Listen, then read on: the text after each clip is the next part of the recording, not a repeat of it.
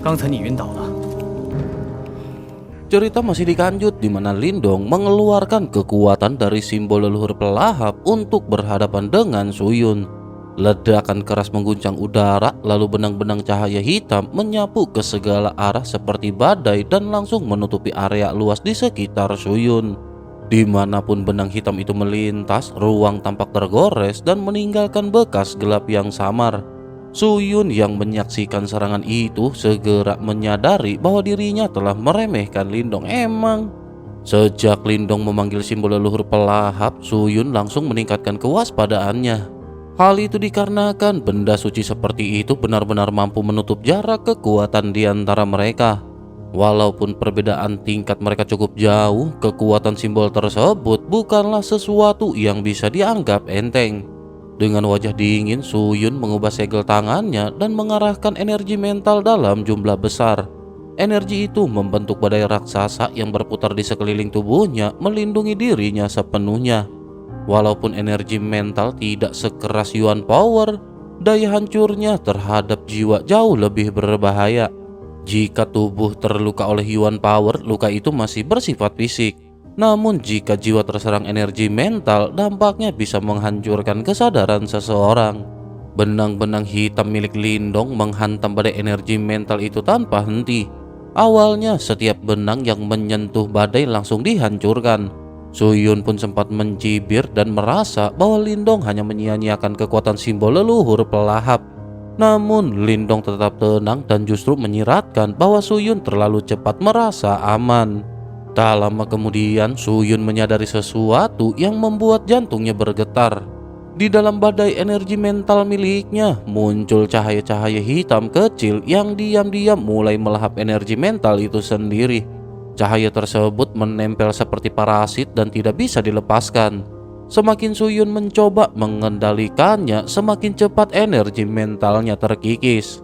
Keringat dingin pada akhirnya mulai muncul di dahi Suyun. Energi mentalnya perlahan menghilang seolah-olah telah dimakan dari dalam. Merasa situasi semakin buruk, Suyun dengan tegas memutuskan hubungan antara tubuhnya dan energi mental itu lalu berusaha mundur. Namun meskipun begitu, Lindong pada saat ini sudah bersiap. Dengan suara pelan, Lindong mengaktifkan segel pelahap. Sinar hitam dari simbol leluhur pelahap melesat dan memasuki energi mental tersebut. Seketika badai yang berputar tadi berhenti lalu berubah menjadi penjara hitam raksasa yang tersusun dari kekuatan pelahap. Suyun mencoba melawan dengan membentuk tombak panjang dari energi mental dan menghantamkannya ke dinding penjara. Namun tombak itu hancur begitu bersentuhan dan energi mentalnya kembali dilahap. Lindong pada saat ini sama sekali tidak ingin memberi kesempatan. Rantai-rantai hitam terbentuk dari benang-benang cahaya yang tak terhitung jumlahnya. Selanjutnya rantai-rantai hitam itu melesat menembus penghalang Suyun. Penghalang energi mental itu terbelah dengan mudah dan rantai pelahap langsung menusuk tubuh Suyun. Tidak ada darah yang keluar karena yang diserap bukan hanya daging melainkan seluruh energi dan kekuatan di dalam tubuhnya. Suyun merasakan segala sesuatu dalam dirinya perlahan ditelan oleh kekuatan pelahap tersebut. Sesaat kemudian pada akhirnya kesadaran Suyun pun mulai memudar. Dalam keputusasaan, Suyun mengancam dan mengungkapkan bahwa dirinya berasal dari Gua Angin Iblis, salah satu kekuatan besar di wilayah Laut Angin Surgawi. Suyun memperingatkan bahwa menyinggung kekuatan tersebut akan membawa bencana. Ia juga pada saat ini menawarkan agar Lindong menyerahkan simbol leluhur pelahap demi keselamatan. Lindong hanya terdiam sejenak lalu tersenyum tipis. Lindong menyatakan bahwa dirinya tidak berniat menyerahkan simbol itu dan karena itu Suyun juga tidak akan dibiarkan hidup. Begitu kata-katanya selesai, Lindong pada akhirnya kembali mengepalkan tangan. Rantai pelahap yang menembus tubuh Suyun meledak menjadi cahaya hitam lalu berubah menjadi lubang hitam kecil yang langsung menelan Suyun sepenuhnya. Dalam waktu sekejap, Suyun benar-benar lenyap tanpa tersisa. Setelah semuanya berakhir, Lindong pada akhirnya menepuk tangannya dengan tenang lalu berbalik menatap ular iblis berkelapa 3 yang masih terperangkap dalam formasi api pembakar langit.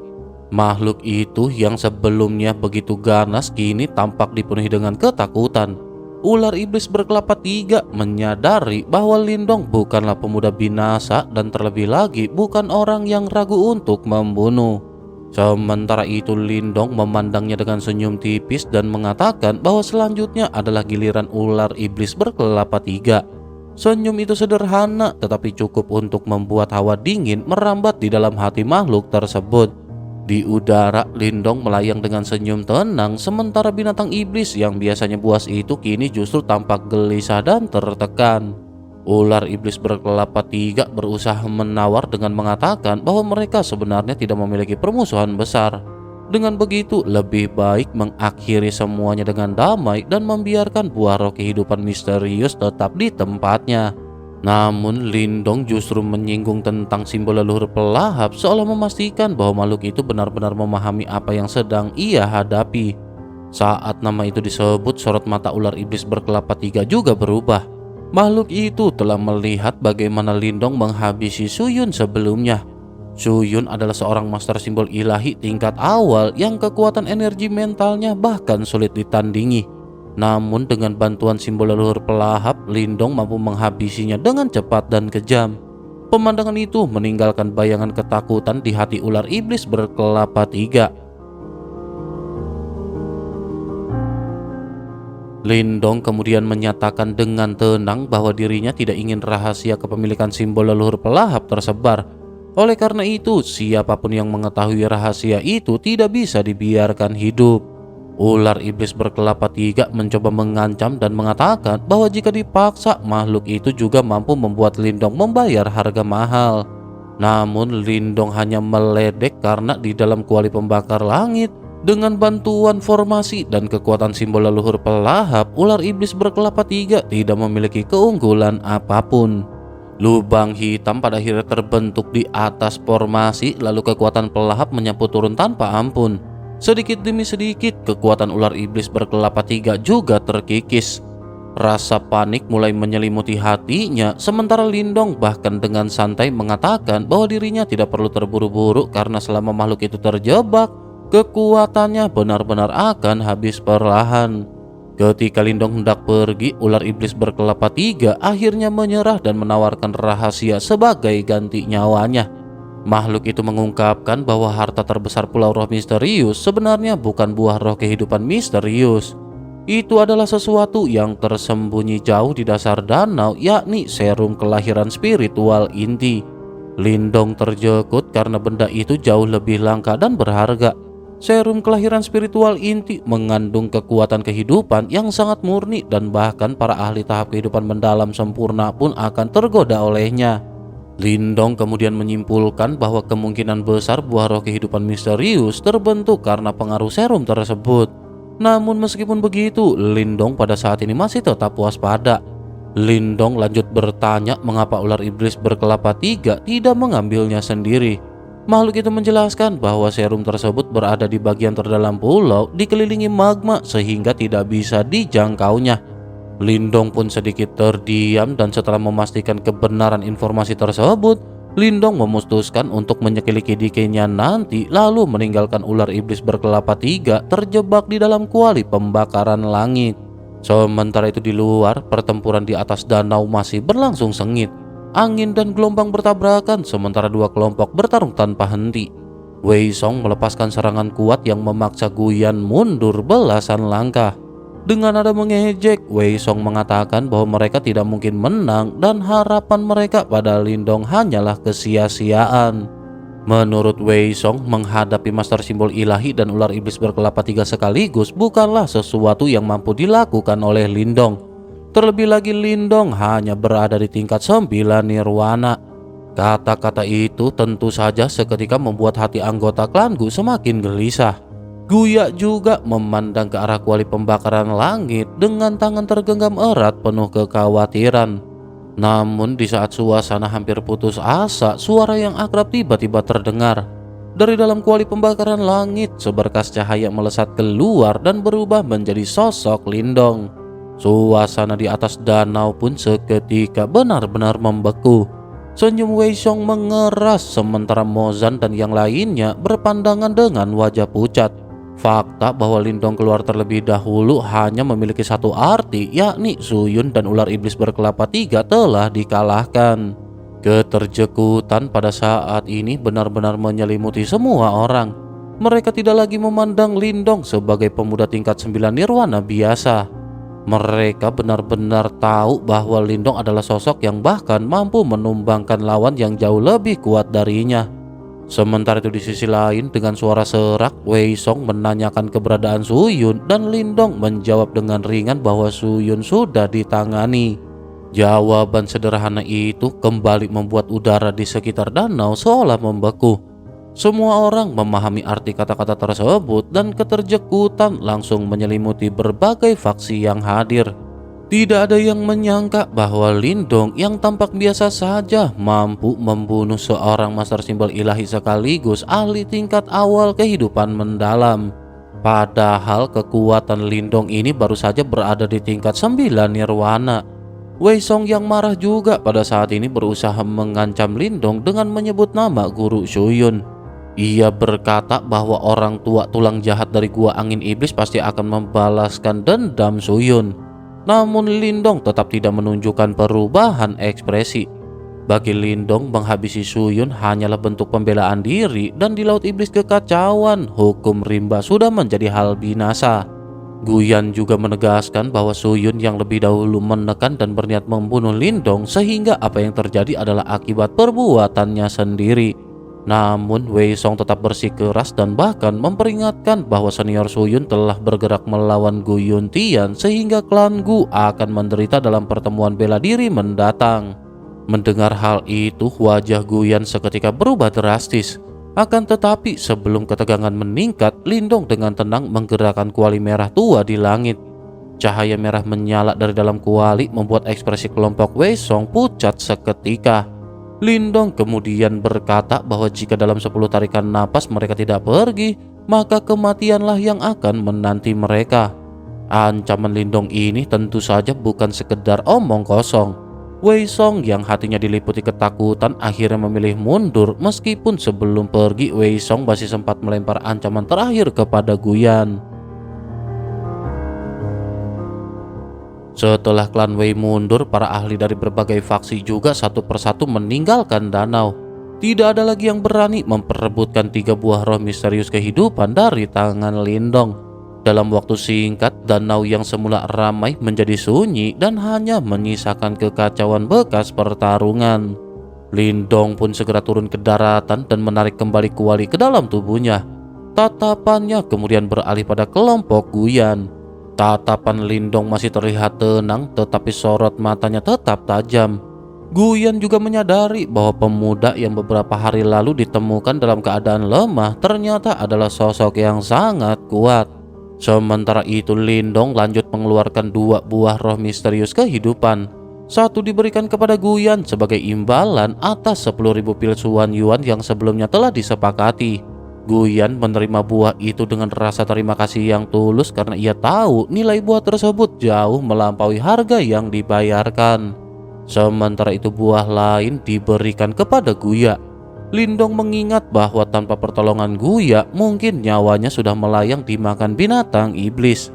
Bagi Lindong hidupnya jauh lebih berharga daripada sebuah batu roh misterius kehidupan. Guya juga menerimanya dengan mata berbinar dan hati yang dipenuhi dengan kegembiraan. Setelah itu Lindong segera menanyakan rencana Guyan. Guyan pun berkata bahwa ia berniat menggunakan energi buah roh kehidupan misterius untuk menembus tingkat kehidupan mendalam. Hal itu bertujuan untuk memperkuat posisi klan Gu dalam pertemuan bela diri 2 bulan mendatang. Lindong pun mengangguk lalu menyatakan bahwa ia akan menyelam ke dasar danau karena merasa ada sesuatu di sana. Namun Lindong juga memperingatkan bahwa dasar danau mungkin berbahaya sehingga ia tidak dapat menjamin keselamatan siapapun yang mengikutinya. Guyan pada saat ini memilih untuk tidak ikut campur dan memutuskan berkemah di sekitar danau sekaligus berjaga-jaga jika diperlukan. Sementara itu Lindong segera melompat ke dalam danau yang dingin, melindungi tubuhnya dengan kekuatan nirwana lalu berenang menuju kedalaman yang gelap dan misterius. Di atas permukaan, Guyan memerintahkan anggota klan untuk waspada lalu duduk bersila di atas batu besar. Dengan buah roh misterius kehidupan di tangannya, Guyan memejamkan mata dan mulai berkultivasi sementara riak air danau perlahan kembali tenang. Sementara itu di kedalaman, kekuatan Yuan melilit tubuh Lindong dan karena dorongan tenaga itu, Lindong melesat ke dasar danau seperti ikan yang membelah arus. Permukaan danau yang tampak luas ternyata hanyalah bagian luar karena semakin dalam Lindong menyelam, semakin terasa bahwa kegelapan di bawah menyerupai mulut iblis raksasa yang siap menelan apapun. Namun pada saat ini yang membuat Lindong semakin waspada adalah kenyataan bahwa tidak ada satupun makhluk hidup di dalam danau tersebut. Padahal energi kehidupan di tempat itu begitu padat dan seharusnya sangat cocok untuk dihuni. Lindong menyebarkan energi mentalnya, tetapi yang diterima hanyalah keheningan yang mematikan. Karena itu, Lindong segera meningkatkan kewaspadaan dan kekuatan Yuan mengalir deras ke seluruh anggota tubuhnya untuk berjaga-jaga. Semakin dalam Lindong turun, suhu air juga mulai meningkat. Setelah lebih dari 10 menit, cahaya merah terang tiba-tiba muncul dari kegelapan. Ternyata di dasar danau terbentang lahar merah menyala menyebar luas seperti karpet api. Air danau yang dingin mendidih di sekitarnya, namun api dan air justru hidup berdampingan dengan aneh. Lindong pun tertegun tetapi segera mengingat bahwa ular iblis berkelapa 3 pernah mengatakan bahwa inti kelahiran spiritual berada di dasar danau. Akan tetapi Lindong tidak merasakan fluktuasi energi apapun selain panasnya lahar. Karena itu Lindong mulai curiga, meskipun Lindong juga tahu bahwa kebohongan terang-terangan akan berujung buruk bagi ular iblis berkelapa 3. Tatapan Lindong pada akhirnya kemudian tertuju pada lahar yang bergolak. Lindong menduga kemungkinan harta itu tersembunyi di bawahnya. Selanjutnya Lindong memanggil kuali Burning Sky masuk ke dalamnya dan mengendalikan kuali itu untuk menerobos lahar. Dugaan Lindong ternyata benar karena di balik lahar terdapat sebuah alun-alun batu luas yang tersembunyi tertata rapi dengan batu merah berapi yang memancarkan kesan kuno. Ketika Lindong melangkah keluar dari kuali Burning Sky dan mengamati tempat itu, Lindong merasakan gelombang kekuatan kehidupan yang sangat kaya dari kejauhan. Lindong pun segera bergerak mendekat dan menemukan sebuah kolam batu besar di tengah alun-alun. Di dalam kolam itu lahar mengalir dan dari pusatnya muncul titik-titik cahaya hijau yang berkumpul seperti cairan hijau berkilau yang menggantung di udara. Gelombang kehidupan yang dipancarkannya begitu padat hingga seolah-olah ruang di sekitarnya dipenuhi vitalitas. Lindong juga seketika langsung menyadari bahwa itulah inti kelahiran spiritual. Harta alam seperti itu jarang ditemukan dan sangat berharga untuk kultivasi. Namun Lindong tetap menahan diri karena harta sebesar itu mustahil tidak dijaga. Dengan teliti, Lindong mengamati sekeliling kolam dan akhirnya Lindong menemukan garis-garis merah samar di tanah. Garis-garis itu ternyata membentuk sebuah formasi besar yang menutupi kolam batu. Meskipun Lindong tidak merasakan bahaya secara langsung, justru ketidakjelasan itulah yang terasa paling mengerikan. Untuk menguji, Lindong pada akhirnya memanggil mayat iblis yang pernah diperoleh dari kota iblis unik. Dengan satu isyarat, Lindong menyuruh mayat iblis itu memasuki kolam dan mengambil cairan hijau tersebut. Namun saat mayat iblis mendekat, garis-garis merah itu tiba-tiba menyala terang dan membentuk formasi utuh. Sinar merah melesat keluar dan menghantam tubuh mayat iblis. Dalam sekejap tubuh kuat itu bergetar dan seketika berubah menjadi abu. Bahkan jejak roh Yuan milik Lindong yang tertanam di dalamnya ikut lenyap tanpa sisa. Melihat hal itu, wajah Lindong pun seketika menjadi muram. Serangan sekecil itu mampu memusnahkan tubuh yang bahkan sulit dihancurkan oleh ahli tingkat mendalam kehidupan tahap awal. Pada akhirnya, Lindong benar-benar yakin bahwa ular iblis berkelapa 3 tidak sepenuhnya jujur. Jika Lindong gegabah sebelumnya, mungkin tubuh Lindong sendiri sudah menjadi abu. Dengan begitu, maka penindasan kuali Burning Sky terhadap makhluk itu juga akan terlepas. Namun bukannya mundur, Lindong justru menyipitkan mata dan tersenyum dingin. Karena ular iblis berkelapa 3 berani menipu Lindong, maka Lindong memutuskan untuk membalas dengan caranya sendiri.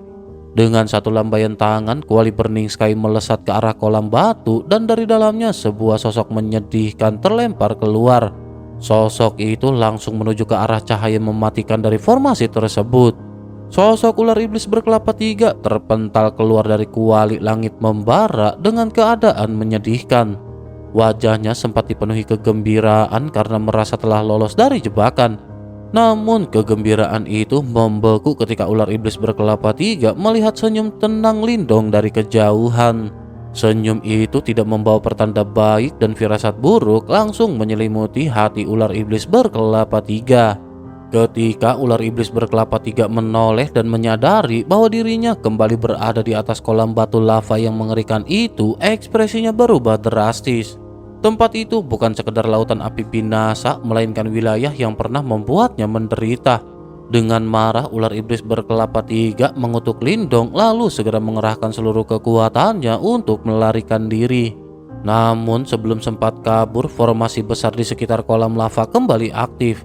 Garis-garis cahaya merah menyala tanpa memancarkan fluktuasi energi yang jelas, tetapi justru karena itulah daya hancurnya terasa menakutkan. Dalam sekejap seluruh garis merah itu menghantam tubuh ular iblis berkelapa 3. Walaupun tampak tipis, serangan itu membuatnya memuntahkan darah, bahkan lengannya terbakar menjadi abu. Demi bertahan hidup, ular iblis berkelapa 3 memotong lengannya sendiri sebelum kehancuran menjalar lebih jauh. Akan tetapi formasi itu juga tidak berhenti. Setiap serangan yang berhasil ditahan justru memicu serangan berikutnya yang lebih kuat dan lebih banyak. Ular iblis berkelapa 3 terpaksa memuntahkan esensi darahnya untuk membentuk perisai sisik raksasa untuk bertahan. Namun pertahanan itu tetap hancur satu demi satu. Semakin lama wajahnya dipenuhi dengan ketakutan karena ia menyadari bahwa formasi tersebut akan terus menyerang tanpa henti sampai korbannya benar-benar binasa. Sementara itu, Lindong mengamati semuanya dengan ekspresi dingin. Lindong tidak gegabah, melainkan menunggu adanya celah. Setelah memperhatikan dengan seksama, Lindong menyadari bahwa formasi itu membutuhkan jeda sangat singkat untuk mengumpulkan kekuatan sebelum meluncurkan serangan berikutnya. Meskipun waktu itu amat singkat, tetapi tetap saja itu adalah sebuah kesempatan. Ketika momen itu tiba, Lindong pada akhirnya segera bergerak. Sayap naga hijau muncul di punggungnya, lalu Lindong melesat secepat kilat memasuki area formasi. Dengan satu tarikan kuat, Lindong merebut air inti spiritual di tengah kolam lava. Selanjutnya tanpa ragu, Lindong pun berbalik dan melarikan diri. Formasi itu pun kembali bereaksi dan melepaskan 2 garis cahaya merah ke arah Lindong. Namun Lindong memanggil kuali langit membara untuk menahan serangan tersebut. Walaupun cahaya kuali meredup setelah benturan keras, Lindong berhasil keluar dari jangkauan serangan. Akan tetapi tepat ketika hampir lolos, ular iblis berkelapa 3 yang telah kehilangan satu lengan muncul di hadapan Lindong dengan wajah penuh kebencian. Dengan tawa mengerikan, ular iblis berkelapa 3 memutuskan untuk melakukan penghancuran diri agar Lindong ikut binasa bersamanya. Tubuhnya seketika mengembang sebelum akhirnya meledak hebat. Ledakan itu mengguncang area di sekitar dan memaksa Lindong memuntahkan darah. Tubuh Lindong terpental kembali ke tengah kolam lava dan seketika formasi melepaskan lebih dari belasan garis cahaya merah yang menyerang dari segala arah. Dalam situasi terdesak itu, Lindong menyadari tidak ada jalan mundur. Dengan tekad bulat, Lindong memilih mempertaruhkan segalanya. Sebelum serangan menghantam, Lindong melompat langsung ke dalam kolam lava. Anehnya, ketika tubuh Lindong tenggelam, garis-garis cahaya merah itu justru berhenti dan menghilang. Namun Lindong tidak menyadari hal itu karena perhatian Lindong tertuju pada sesuatu yang jauh lebih mengejutkan. Selain itu, bukannya merasa panas membakar, Lindong justru mendapati dunia bawah kolam lava terpisah dari dunia luar. Di balik lapisan lava itu tersembunyi ruang lain yang misterius. Ketika menyaksikan pemandangan tersebut, wajah Lindong dipenuhi rasa tidak percaya dan keterkejutan karena ternyata kolam lava itu bukan sekedar jebakan mematikan, melainkan gerbang menuju rahasia yang lebih besar. Di bawah kolam magma yang semula disangka penuh lahar, Lindong justru menemukan sebuah wilayah gelap yang luas dan tak berujung. Kegelapan itu begitu dalam seperti langit malam tanpa bintang, bahkan membuat tulangnya terasa dingin. Namun yang benar-benar mengejutkan bukanlah gelapnya, melainkan sungai-sungai magma besar selebar puluhan ribu kaki yang mengalir perlahan di dalamnya. Sungai-sungai magma itu saling berjalin dan terhubung satu sama lain, membentuk jaringan raksasa yang rumit. Dari atas, aliran itu tampak seperti naga-naga api yang merayap di dalam kegelapan. Pemandangan itu megah sekaligus menakutkan sehingga Lindong hanya bisa terdiam lama sambil menelan ludah. Awalnya Lindong mengira gua merah di luar danau sudah menjadi rahasia terdalam tempat itu. Tetapi ternyata semua itu hanyalah lapisan luarnya saja. Rahasia yang sebenarnya tersembunyi di bawah kolam magma. Bahkan kemungkinan besar ular iblis berkelapa 3 juga tidak pernah menyadari keberadaan tempat ini. Lindong juga tidak berani bergerak sembarangan karena jelas tempat ini bukan hasil karya praktisi biasa. Setelah menenangkan diri, Lindong mulai mengamati dengan seksama aliran magma yang berpotongan itu. Semakin lama memperhatikan, Lindong menyadari bahwa aliran-aliran tersebut ternyata membentuk sebuah formasi raksasa. Susunan itu begitu besar hingga mencapai ratusan bahkan ribuan kaki. Lindong yakin susunan magma tersebut mampu menghancurkan dunia.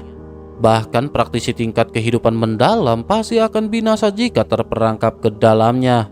Sekalipun praktisi tingkat samsara seperti Ying Xuanzi masuk ke sana, mereka juga akan berada dalam bahaya besar. Karena setiap susunan formasi memiliki pusat, Lindong pada akhirnya menelusuri arah pertemuan seluruh aliran magma. Akhirnya Lindong menemukan bahwa semua sungai magma itu bermuara pada sebuah danau magma besar. Gelembung-gelembung panas terus bermunculan dari permukaannya dan suhu di sana cukup untuk membakar habis praktisi tingkat kehidupan mendalam-dalam sekejap. Di tengah danau magma itu mengambang sebuah peti mati batu berwarna merah menyala seperti kristal api. Peti itu terbuka dan di dalamnya terbaring seorang pria bertubuh ramping dengan wajah tampan dan rambut merah panjang seperti api yang menyala. Walaupun matanya terpejam, wibawa di antara alisnya tetap terasa kuat. Saat Lindong menatap pria misterius itu, darah di dalam tubuhnya tiba-tiba mendidih. Jantungnya bergetar dan ia segera memalingkan pandangannya. Setelah beberapa saat, barulah gejolak di tubuhnya benar-benar mereda. Dari situ Lindong sadar bahwa hanya dengan melihat saja tubuhnya hampir terbakar dari dalam. Jika pria itu masih hidup dan terbangun, mungkin Lindong akan menjadi abu dalam sekejap. Dari pengamatan Lindong, fluktuasi halus yang terpancar dari peti mati batu itulah yang menjadi sumber kekuatan susunan formasi magma raksasa ini. Energi mengalir melalui sungai-sungai magma seperti naga api yang menyelimuti seluruh wilayah. Namun kemudian Lindong menyadari sesuatu yang membuatnya merinding. Formasi besar itu bukan hanya sekedar formasi binasa, melainkan sebuah segel. Di bawah formasi magma terdapat kegelapan yang jauh lebih pekat, bahkan cahaya magma pun tidak mampu menembusnya. Susunan itu membagi wilayah menjadi 2 bagian, seperti bagian dalam dan luar penjara. Lindong pun menyimpulkan bahwa susunan tersebut sedang menekan sesuatu yang tersembunyi di kedalaman gelap tersebut. Perasaan dingin menjalar dari telapak kaki hingga ke puncak kelapa Lindong. Karena menyadari tempat ini terlalu aneh dan berbahaya, Lindong pada akhirnya memutuskan untuk segera pergi. Bahaya di luar mungkin lebih jelas, sementara di sini segala sesuatu terlalu misterius. Namun ketika Lindong berbalik dan hendak kembali ke lingkaran cahaya merah, ekspresinya tiba-tiba berubah. Tanpa bisa dikendalikan, jimat batu misterius terbang keluar dari tubuh Lindong. Dengan kecepatan tinggi, benda itu melesat menuju peti mati batu di tengah danau magma, tepat ke arah pria berambut merah yang terbaring di dalamnya. Kutil kelapa Lindong pun langsung terasa mati rasa dan firasat buruk juga memenuhi hati Lindong. Lindong tertegun namun segera mencoba menarik kembali jimat batu itu. Akan tetapi kendali Lindong sama sekali tidak berpengaruh. Dengan wajah pucat dan hati diliputi kecemasan, Lindong hanya bisa menyaksikan cahaya putih yang melayang di atas peti mati yang menyimpan seorang pria berambut merah misterius. Lindong tidak tahu apakah pria itu masih hidup atau telah mokat. Lindong juga khawatir bahwa jika pria itu terbangun, maka sesuatu yang mengerikan bisa saja terjadi. Selain itu, jika formasi besar di tempat itu terganggu, maka sesuatu yang ditekan di dalam wilayah tersebut mungkin akan lolos dan akibatnya pasti akan menjadi bencana besar. Cahaya putih dari jimat batu kemudian menyelimuti tubuh pria berambut merah tersebut. Lindong menahan napas dan mengedarkan Yuan Power di tubuhnya, bersiap menghadapi kemungkinan terburuk. Namun pria berambut merah itu tetap diam dan formasi tidak menunjukkan perubahan apapun. Akan tetapi tidak lama kemudian cahaya merah perlahan keluar dari tubuh pria berambut merah dan melayang di samping jimat batu. Setelah itu jimat batu menarik kembali cahayanya dan berbalik sebelum akhirnya kembali memasuki tubuh Lindong. Sementara itu cahaya merah yang tertinggal perlahan memadat dan berubah menjadi sebuah token merah menyala seukuran telapak tangan. Lindong menangkap token itu dan merasakan kehangatan serta aura kuno yang agung memancar darinya. Di permukaan token terdapat satu karakter kuno bertuliskan api dan cahaya merahnya mengalir seperti lava.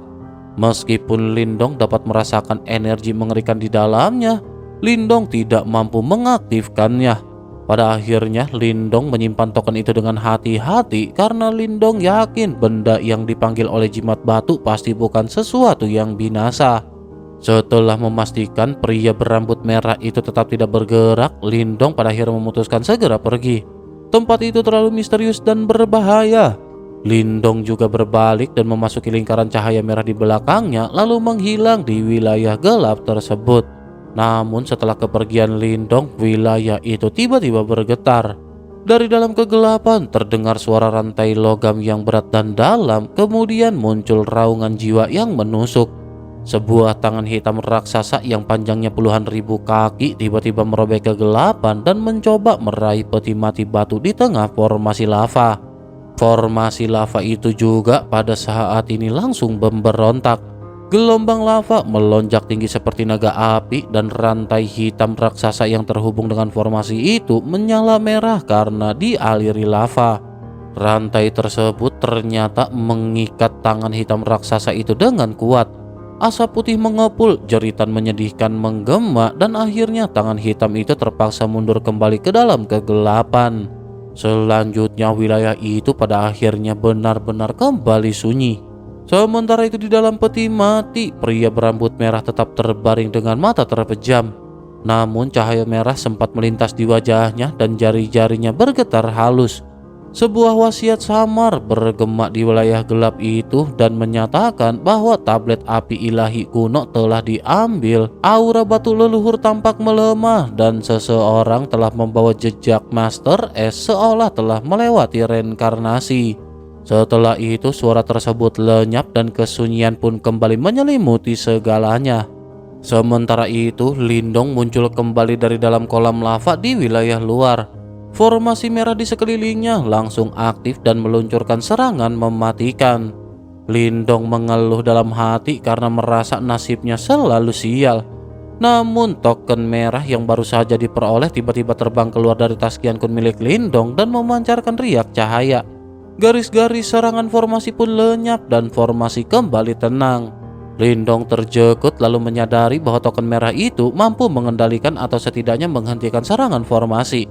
Setelah beberapa kali mencoba keluar masuk area tersebut dan memastikan formasi tidak lagi menyerangnya, Lindong akhirnya merasa benar-benar aman. Karena itu Lindong duduk di tepi kolam lava dan mengeluarkan buah roh kehidupan misterius. Dengan perlindungan formasi dan token merah di tangannya, tempat itu kini justru menjadi lokasi yang sempurna untuk berkultivasi. Dengan mata dipenuhi tekad dan harapan, Lindong memegang erat buah tersebut karena Lindong akhirnya akan menembus tingkat kehidupan mendalam yang telah lama didambakan.